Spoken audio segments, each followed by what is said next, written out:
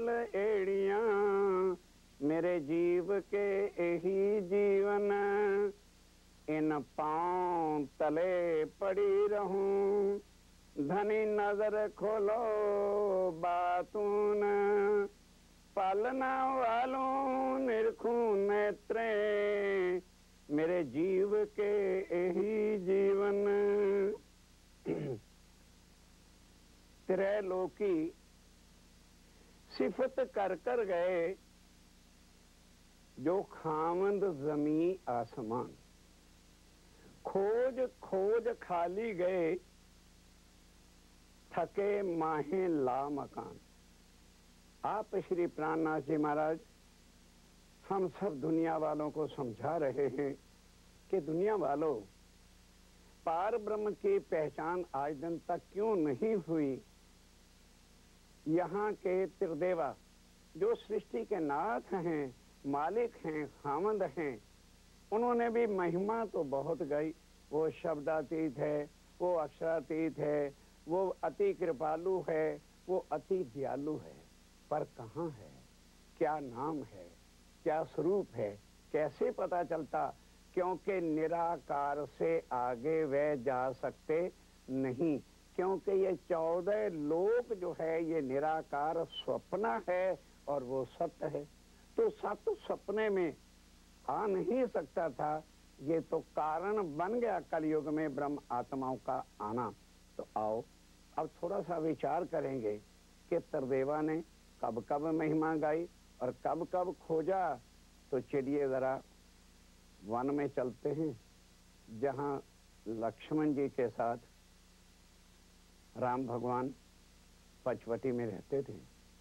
रावण कितना वेदांत आचार्य था, वेदों के जानने वाला था, लेकिन राक्षस बुद्धि होने के कारण से मायावी शक्ति उनके पास रहती थी और सीता जी को हरण करके ले गया। अब उधर राम भगवान और लक्ष्मण जी दोनों चले गए थे मारीच के पीछे, जो सोने का हिरण था। वापस आए, भगवान तो जानते थे कि ये लीला होनी है, पर लक्ष्मण को तो बताना है, इसलिए ये रचना उन्होंने वहां पर रची। अब आके जब पचवटी में देखा, सीता है नहीं, व्याकुलता दिखाते हैं और वहां के पचवटी के पत्ते और टहनियों से पूछते हैं, अरे भाई तुम तो यहाँ थे, तुम पत्ते और टहनियों तुम ही बता दो मेरी सीता कहाँ है। अब इस चीज को देखकर लक्ष्मण को बड़ा खेद हुआ कि भगवान होकर एक स्त्री के पीछे इतने व्याकुल हो रहे हैं। चरणों में गिर के प्रणाम कहते हैं, प्रभु आपने मुझे ज्ञान दिया था कि भारी से भारी संकट भी आ जाए तो मनुष्य वही है जो धैर्य छोड़ता नहीं, और आप तो भगवान हैं और एक औरत के लिए इतने व्याकुल हो गए कि पत्ते और टहनियों से आप पूछने लग गए हैं कि मेरी सीता कहाँ है। कहते हैं, प्रिय लक्ष्मण, जिसको तू एक स्त्री समझता है, ये मेरे मन की शक्ति है, ये मेरे मन की प्रकृति का रूप है, जिससे मैं संसार को बनाता और मिटाता हूँ। कहने लगे, प्रभु संसार को बनाते और मिटाते हैं, तो जहाँ बनना और मिटना होता है वो तो पार ब्रह्म का स्थान नहीं होता। तो कृपा करके मुझे पार ब्रह्म का ज्ञान ही बता दीजिए। मैं आपके चरणों में, लक्ष्मण भी अब खुल के बात कर रहा है, भाई समझ के नहीं आया, मैं आपको भगवान का रूप समझ के आया था कि आपके चरणों की सेवा करके मुझे ज्ञान मिलेगा और मैं भवसागर से पार उतर जाऊंगा। कहने लगे, हंस पड़े राम भगवान, कहने लगे, प्रिय लक्ष्मण ये बताओ, यदि पार ब्रह्म का ज्ञान हमें पता चल जाता तो मैं सृष्टि पर ये भक्तों के कार्य करने के लिए और अनेकों जो है बार आकर के अवतार धारण करता ना। नेति नेति जहि वेद निरूपा, निजानंद निउपाधि अनूपा, शंभु विरंची विष्णु भगवान, उपजह जासों अंशते नाना। हे प्रिय लक्ष्मण, वेदों से भी जब पूछा गया तो आदि नारायण ने वेदों में क्या कहा? नेति नेति, ना इति ना इति।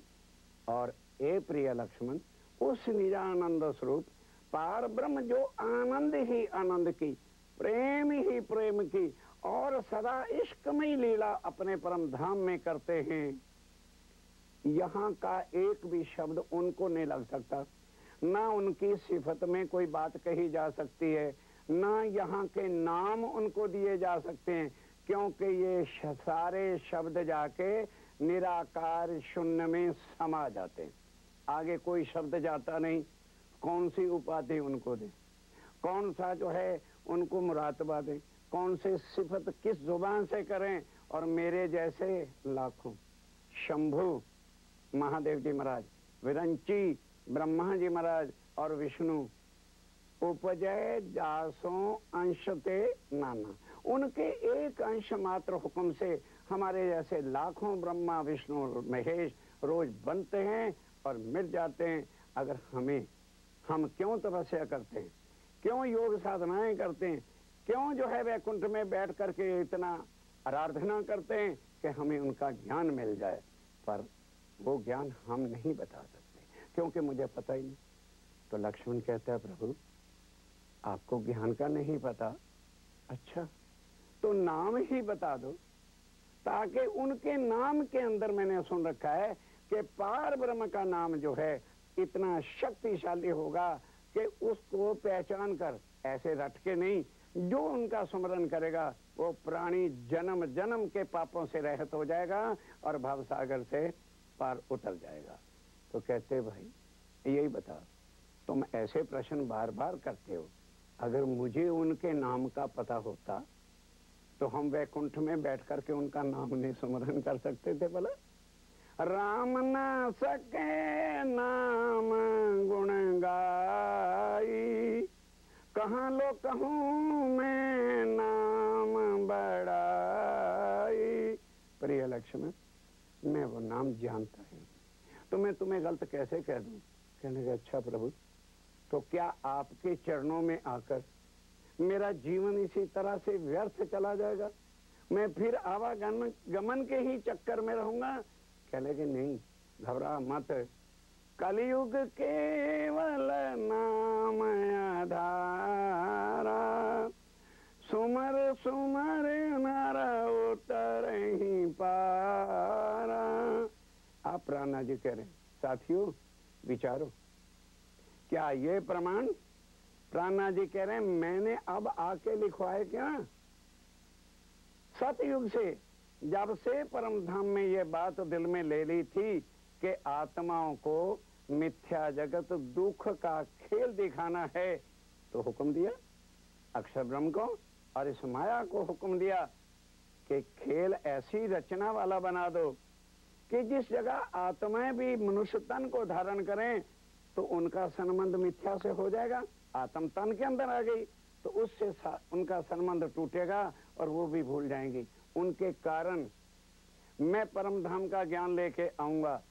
और ये चीजें सतयुग से क्योंकि अनाउंस कर दी गई, हुक्मे वेद कतेब में लाखों लिखे निशान, ये निशान सतयुग से लिखे गए। और फिर उसके बाद वेदों में कहा क्या? नेति नेति। अब आ गया त्रेता युग, तो राम भगवान ने भी कह दिया कलयुग में मिलेंगे। उसके बाद आइए द्वापर युग लेते हैं। द्वापर युग में चलिए जरा कौन आए थे? कृष्ण का अवतार हुआ। अब चलिए युद्ध में, जहां कौरव पांडवों का युद्ध हो रहा है। अब अर्जुन कहता है, भगवान कृपा करके जरा मुझे वहां तो ले चलो, मैं देखूं तो सही मैंने किन किन से जो है युद्ध करना है और कौन कौन मेरे मुकाबले में खड़ा हुआ है। भगवान कहते चलो, रथ को हेंका, जा करके वो सारा युद्ध का स्थल दिखाया। तीनों मोर्चों पर तीनों गुरु, गुरु कृपाचार्य, गुरु द्रोणाचार्य और गुरु भीष्म पितामह, इनको देखकर अर्जुन कांप गया कि मैं अपने गुरुओं का वध करूं, तो सीधा नरक में नहीं जाऊंगा तो और मुझे क्या मिलने वाला है? कहता भगवान रथ वापस ले चलो। रथ वापस आ गया, रथ से नीचे उतर गया, ये कारण था। कहता प्रभु मुझे आपने नरक में भेजना है, गुरुओं का मार कर और मेरे से वो पाप करवाना, इससे ऐसा ही अच्छा है तो मुझे आप नरक में भेज दो। अब मजबूर हो गए। आज दिन तक 24 अवतार लिखे हैं श्रीमद् भागवत में विष्णु भगवान के, किसी को भी आज दिन तक, ये कृष्ण अवतार 21वां अवतार था, किसी को भी अपने वैराट का स्वरूप नहीं दिखा है। अब मजबूर होकर के अर्जुन को कहते हैं, अर्जुन जिन गुरुओं को तू समझ बैठा है ये पूर्व जन्म का बदला देने के लिए तूने इन पर ऐसा उपकार कर रखा था, इसलिए उस उपकार का बदला तुम्हें ज्ञान के द्वारा देने के लिए आए हुए हैं। ये तुम मरे पड़े हैं, केवल निमित्त मैंने तुमको बना रखा है। बस फिर जब वो नहीं माना अपने वैराट का स्वरूप, मेरे साथियों इस वैराट के स्वरूप से ये भी संशय मिटता है। जो लोग गीता को नहीं पढ़ते, खाली सुनते हैं तो विचार करें, क्या बताया कि कण कण में अपना स्वरूप बताया। जो लोग आज कहते हैं कण कण में पार ब्रह्म है, गीता में कृष्ण क्या कहते हैं? ममैव जीव अंशो जीव लोके जीव भूता सनातन। हे अर्जुन, कण कण के अंदर मेरा जीव, मेरे जीव का अंश सब जगह पर है, यहाँ किसी के अंदर आत्माएं नहीं है। तो कहने लगे प्रभु तो फिर आप क्षर पुरुष हैं? कहने लगे हाँ, इस सृष्टि के बनाने वाले दो पुरुष हैं। ध्यान के साथ समझने की बात है मेरे साथियों। द्वा इमौ पुरुषो लोके क्षर अक्षर एवच। हे अर्जुन, इस सृष्टि को, इस ब्रह्मांड को बनाने वाले दो पुरुष हैं। एक तो मैं हूं जो क्षर हूं, और मेरी बनाई हुई सृष्टि भी क्षर है, अर्थात लय हो जाती है, नष्ट हो जाती है। लेकिन कूटस्थ अक्षरा उच्चते, वो अक्षर ब्रह्म जो अविनाशी है, वो हुक्म दे करके मुझे बनाता है और मुझे बनाने की शक्ति देता है। उसकी शक्ति के द्वारा ही संसार में बनाता और मिटाता हूँ। पर ना मैं परमात्मा हूँ, हम पुरुष हैं। दो इमौ पुरुषों कहा, और अक्षर भी पुरुष है, 7 अंग है, वो अक्षरातीत पार ब्रह्म नहीं है। तो कहने लगे प्रभु तो फिर पार ब्रह्म कौन है? कहने लगे हम दोनों से अलग है। उत्तमा पुरुषस्य त्वय अन्यः परमात्मा इति उदारे था, या त्रैलोक मां विभक्ति अव्य ईश्वर। उसी के हुक्म से ही त्रिलोक, अब लोग यहाँ त्रिलोक को क्या समझ लेते हैं? मृतलोक, दूसरा स्वर्गलोक और तीसरा वैकुंठ। ना मेरे साथियों, ये सारा 14 लोक का ब्रह्मांड, पाताल से निराकार तक, ये काल माया का ब्रह्मांड है। इससे आगे जो है, जहां अक्षर ब्रह्म की चारों शक्तियां, अव्याकृत ब्रह्म, सबलिक ब्रह्म, केवल ब्रह्म और सतस्वरूप ब्रह्म जो अखंड हैं, वहां से हुक्म दे करके सृष्टि को बनवाते और मिटाते हैं। लेकिन उत्तम पुरुष जो है वो हमसे न्यारा है। अब ये ज्ञान सुनने के बाद और वैराट का रूप देखने के बाद अब चरणों में गिर के कहता है प्रभु इस रूप को हटाओ, मेरे से उसी तरह से बात करो। सामने जब फिर वही रूप लेकर के आए तो अब अर्जुन कहते हैं प्रभु जो ज्ञान आपने अब दिया, क्या वो पार ब्रह्म की प्राप्ति हो सकती है? कहते क्यों नहीं, लभ्यस्तु, मिल सकते हैं। भक्त्या, भक्ति करनी पड़ेगी। कौन सी? जो शरीरों से परे की भक्ति है। अनन्या, अनन्य प्रेम लक्षणा भक्ति, जो आत्म एव परमात्मा, आत्म का पार ब्रह्म के साथ नाता जोड़ना, उसी को प्रेम लक्षणा भक्ति कहते हैं, जो गोपियों ने किया था। तो साथियों, अर्जुन को तसल्ली हो गई कि कोई बात नहीं, अब युद्ध जीत लूंगा। और उसके बाद भगवान से बैठ करके शांति से वो ज्ञान सुनूंगा। युद्ध शुरू हो गया, उनकी कृपा से युद्ध जीत गए। अब क्या होता है जब जीत गया युद्ध तो उसके बाद अब अर्जुन जाते हैं श्री कृष्ण जी के पास। महाभारत खंड 6 अश्वमेध पर्व श्लोक नंबर 9 से 12 जाके पढ़ो। महाभारत खंड 6 अश्वमेध पर्व श्लोक नंबर 9 से 12। अब कहते प्रभु आपने कहा था वो परमात्मा की प्राप्ति हो सकती है, तो अब तो शांति में हूं, क्योंकि वो ज्ञान तो शांत में लिया जाता है। युद्ध के मैदान पर थोड़ा था। तो भगवान क्या उत्तर देते हैं इन 9 से 12 श्लोकों में कि अर्जुन वो जो ज्ञान उस समय कहा गया था क्या तू भूल गया? तो तेरे जैसा कोई निकृष्ट आदमी है ही नहीं जो ब्रह्म ज्ञान को प्राप्त करने के बाद भूल जाता है। मुझे तो पता ही नहीं, क्योंकि वो मैंने नहीं कहा था, मेरे से अक्षर की शक्ति योग माया के द्वारा कहलवा दिया गया था, ताकि तेरा संशय कोई बाकी ना रह जाए। मेरे साथियों अविचार कर, सिफत कर कर गए पर एक शब्द नहीं बोल सके कि पार ब्रह्म का रूप क्या है। क्यों? अब सवाल है, ये तो भगवान थे, राम भी भगवान थे, पर वो आए कब? त्रेता में और द्वापर में।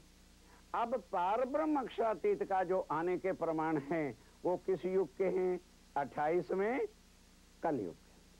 अब वो 28वें कलयुग में आकर इन सारे ग्रंथों के प्रमाण का मिलान कर करके हम सबको बता रहे हैं कि देखो ये जो सारे प्रमाण हैं रामायण के, वेदों के, गीता के और इत्यादि सब ग्रंथों के, तो प्राणनाथ जी कहते हैं या तो अब मैंने आके कहलवाया होता तो आप कहते जी प्राणनाथ जी ने पार ब्रह्म ने अपनी मर्जी से करवा दिए। किस लिए? कि तुम सब उसकी इंतजार में रहो। लेकिन साथियों यहाँ अखंड मोक्ष, अखंड मुक्ति का कोई ग्राहक नहीं। हर एक को क्या चाहिए? झूठी माया। अब कई बार लोग कहते हैं जी वाणी बहुत ऊंची है, ज्ञान बहुत ऊंचा है, हमारी समझ में कुछ आया नहीं। क्यों? इसकी तलब नहीं है, इसकी प्यास नहीं है, इसकी तड़प नहीं है। और जिस चीज की तड़प है ना, आज लाखों हमारे हिंदुस्तान के भाई पैसे की तलब के लिए, पैसे की खोज के लिए घर छोड़ गए, माँ बाप छोड़ गए, अपने देश को छोड़ के जाके अमेरिका, यूएसए, कनाडा में सेटल हुए। For what? उन्हें समझ आई ना कि माया कैसे मिल सकती है, कहाँ मिलेगी, जहाँ मिलेगी, कैसे मिलेगी, वो उन्होंने सारे रास्ते अख्तियार कर रखे हैं और धन कमा रहे हैं। और ये पता नहीं कि ये धन एक ऐसी चीज है, माया एक ऐसी चीज है जो हमारे ऊपर मन के मोह का पर्दा डाल के हमें भुला रही है कि हम कौन हैं, कहाँ से आए हैं और मरने के बाद हमने जाना कहाँ पर है। साथियों अब विचार करके देखें। पिछले दिनों फाजिलका में एक प्रोग्राम चल रहा था, तो फिरोजपुर से एक डॉक्टर साहब आए जिनका नाम अग्रवाल था। तो मैंने कहा भाई जो आज दिन तक हमारे सत्संग में ना आया हो वो जरा कृपा करके खड़ा हो जाए। तो वो भाई खड़ा हो गया, क्योंकि पहली बार आए थे। तो मैंने उनसे पूछा, ध्यान दे करके, बहुत गहरा समझने का जो है विषय है। मैंने पूछा भाई साहब आपका नाम क्या है? कहने लगे जी महेश अग्रवाल है। तो मैं कहा ये बताओ, जो समझिए जो महेश अग्रवाल है वो जिंदा है कि मुर्दा है? साथियों विचार करने की बात है। एकदम कांप उठा, कहने लगे जी महेश अग्रवाल, एक्शन उसका अपनी बॉडी पर था, ये तो जिंदा है। मैं कहा तुमने मेरी बात को सुना ही नहीं, मैं क्या कह रहा हूं। जो जिंदा है उसका नाम क्या है? अब वो चौंका। मैं कहा ये तो तुम अपने तन का नाम बता रहे हो महेश अग्रवाल, ये आज भी मुर्दा है। स्वामी जी ने कहा ये संसार मुर्दों का वास है, अंदर जो है वो कौन है, उसकी क्या पहचान है? कहाँ से आए हैं और मरने के बाद हमने जाना कहाँ है, नहीं बता सका। ये कलयुग में आके श्री प्राणनाथ जी ने अपनी पहचान हम सबको दी।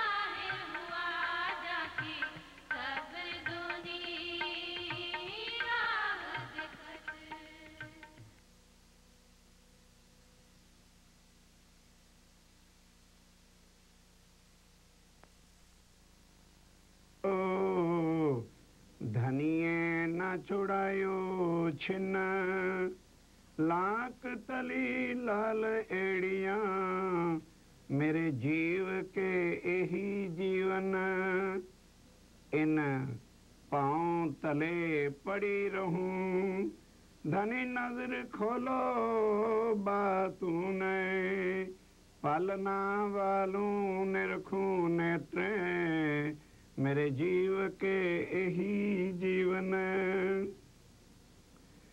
कई देव दानव हो गए, कई देव दानव हो गए, कि न सपने न श्रवणो अब, सो इत आए मिले नर नारी को। प्यारे साथियों, कई देव दानव, देवी देवता तीर्थंकर अवतार, उन्होंने भी खोजा, लेकिन किसी ने ना सुना ना देखा। सो इत आए मिलिया नर नार, सो पार ब्रह्म